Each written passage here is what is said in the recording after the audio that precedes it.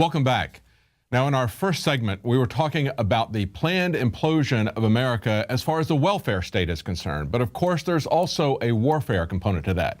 But to briefly review the article today that was on InfoWars from Michael Snyder, he says the United States of debt. He talks about how the total indebtedness of sovereign debt of America hits $60 trillion. And of course, that's up by a factor of 30 in just the last 4 decades. Now, how do we get there? It's the welfare state as well as the warfare state. But first, again, to recap the welfare state, it's not just a crushing debt. It's also, as he points out, a coming tsunami of demographics with the baby boomers. That's what the Obamacare massive bailout of the insurance companies is about. Think about the bailout of the mortgage companies, and this is essentially the same thing with a demographic surge of medical care that's coming. They want to transfer that to the sovereign debt of the United States rather than have the insurance companies pay for it. And of course, they get a windfall profit in the meantime by selling policies that are way beyond what anybody needs. For example, a single man being required to have maternity coverage. So that's one aspect of it. We also have massive unemployment. Now, they use a different term for that now. They talk about people who are out of the workforce. They're not participating in the workforce because they've redefined unemployment. They need to come up with a different number. But of course, in 36 years, this is the lowest it's been of people who are participating in the workforce. That's the easiest way. That would have been called unemployment in years past. But the main thing is the warfare business. And we see that in the collapse of Iraq. What is that costing us? Well, as Kurt Nemo points out today on Infowars.com, the war industry stands to make billions off of the ISIS threat. He says in the war business, timing is everything. And just last month, it was announced a few outstanding members of the military-industrial complex would stand to rake in about $1 billion if an arms sale to the Iraqi government was approved by Congress. Considering the current situation in Iraq and alarm bells echoing through the halls of Congress, the sale will undoubtedly go through without a hitch. And he gives several examples. Beechcraft Defense Company standing to gain $790 million. AM General is going to sell Humvees to the total of about $101 million. Raytheon with a $90 million deal. And on and on and on. So the question is this incompetence or is this by design? We've seen weapons transferred to al-Qaeda terrorists in Syria from Benghazi. We've seen weapons transferred to al-Qaeda terrorists in Syria from Iraq itself. And now those equipped and trained al-Qaeda terrorists, those that Dennis Kucinich and Ted Cruz said we were going to act as the Air Force for al-Qaeda in Syria. Now those Syrian al-Qaeda, with the weapons and the training that we've given them, are now going into Iraq. It is part of a planned takedown. Now, I've listened to a lot of mainstream conservative radio hosts talking about how this is an existential threat to the Middle East, saying it's an existential threat to America. In other words, it threatens the very existence of America, what's going on with ISIS. Well, it does, but in a very different way. It threatens it by the bankruptcy of America, by turning this military-industrial complex loose on the American public. Just look what they spent on these boats. The U.S. spent $3 million on boats for landlocked Afghanistan. That's right, $3 million for just 8 patrol boats. And they make this point, and the Washington Post is making this point. Number 1, Afghanistan is landlocked. Number 2, not a single boat has arrived in Afghanistan, even though they bought them 4 years ago in 2010. And look at this, the third thing. Even though you could get these boats for $50,000 in the United States, and I think looking at those boats, that's a pretty high price, they bought them for $375,000.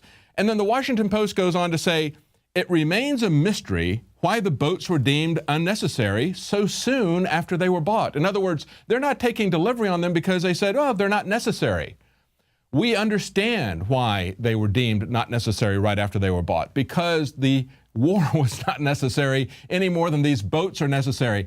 The whole thing is about making money for the military-industrial complex, those people who are paying off the senators to transfer money to them that way. And of course, the entire military-industrial complex is going to metastasize into a surveillance state here in America. It's already doing that. We're already seeing this militarized equipment that is way over the top being brought to America. We see them approving all kinds of militarization of our police at very high expenses being driven by the federal government and these same industries that have been pushing us to war continuously ever since World War II.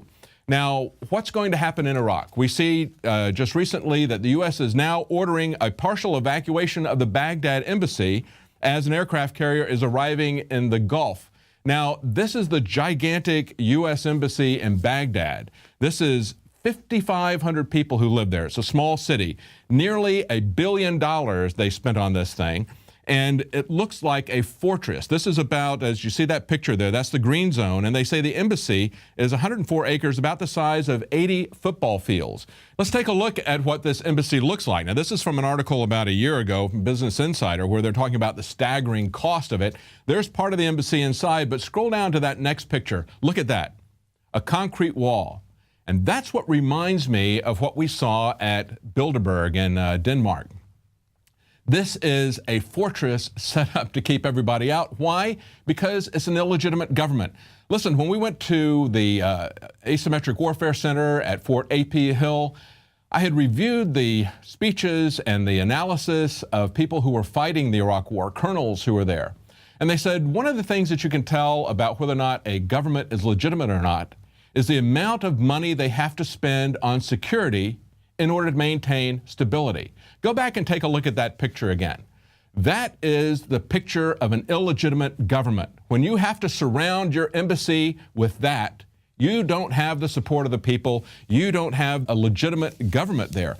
How did they get to that point? Having never given us a truthful, reasonable explanation for why we needed to invade Iraq, why we needed to destroy Iraq, we now have no reason why we need to rebuild that country in the image of the Western bankers.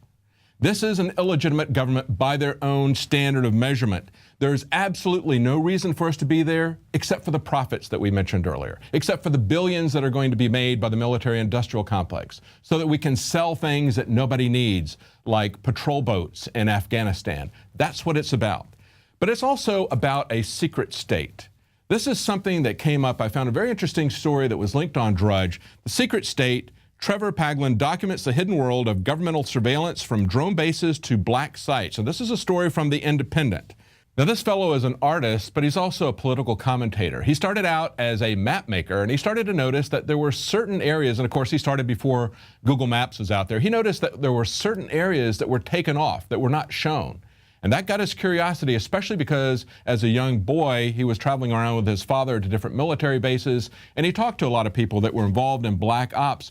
So he started following this secret world, and he takes very distant pictures, as you just saw there, pictures with very long lenses of these secret military installations. And this is what he had to say, and I thought it was very similar to what we were doing or trying to do at Bilderberg with our coverage of it. He says he's trying to show us a world not as the media presents it, but as it is. And that's a world in which official secrecy has never been so well entrenched, ubiquitous, or extravagantly well funded. Boy, when I read that, it made me think of Bilderberg. You know, we show up, we can't hear what they're talking about inside. We can just get pictures of them from the outside, but we're there to document the fact that they're doing it, that they're there. It's a very important thing. And he also points out why we need to have an open and transparent society. He says about privacy, he says, I think mass surveillance is a bad idea because a surveillance society is one in which people understand that they're being constantly monitored. And when people understand that they're being constantly monitored, they're more conformist, they're less willing to take up controversial positions, and that kind of mass conformity is incompatible with democracy. And then he gives a second reason that it's a very dangerous idea. He talks about the linkage between transparency and civil liberties. So you can't have, if you don't have transparency, you're not going to have civil liberties. You cannot trade off your liberty in order to get security. When you trade off your liberty, you become a slave. You will be part of a security system, but it will be maximum security. And if there is no transparency in government, then you are going to be a slave as well. You're not going to have any civil liberties. That's why it's such a big deal when we go to military bases, when we go to the border, when they put gag orders on people covering the uncontrolled and encouraged immigration, massive immigration across our borders. That is being encouraged both by policy statements and by outright statements from our president and our vice president.